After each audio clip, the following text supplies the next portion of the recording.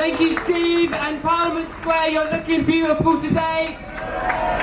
We're here today during the biggest crisis the NHS has faced since its foundation. We're here today because the Red Cross has declared a humanitarian crisis in the NHS, because wait times have reached the worst in history, because hospital departments are shutting down up and down the country. We're here because patients are dying in corridors, and because the NHS staff are overstretched, underpaid, and they can't cope anymore. We're also here today because what is this government doing about all of this crisis? Nothing is the truth. They are doing nothing to address this crisis. In fact, the truth is, as this crisis gets worse, Jeremy Hunt just goes into hiding.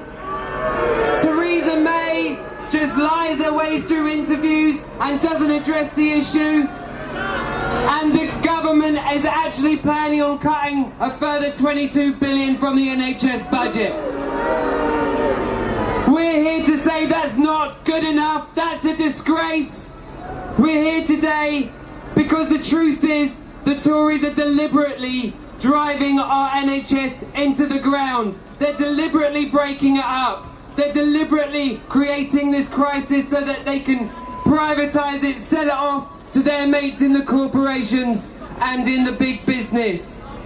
What more evidence do you need than this, than when Theresa May refuses to keep the NHS out of any trade deal with America and with Trump?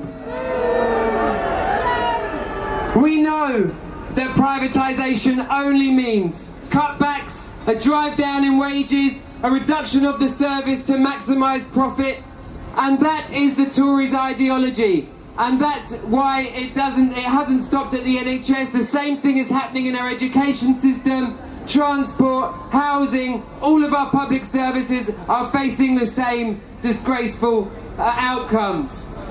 They say that the state has no money to do these things, but it's very, very simple. You tax the corporations, more, not less.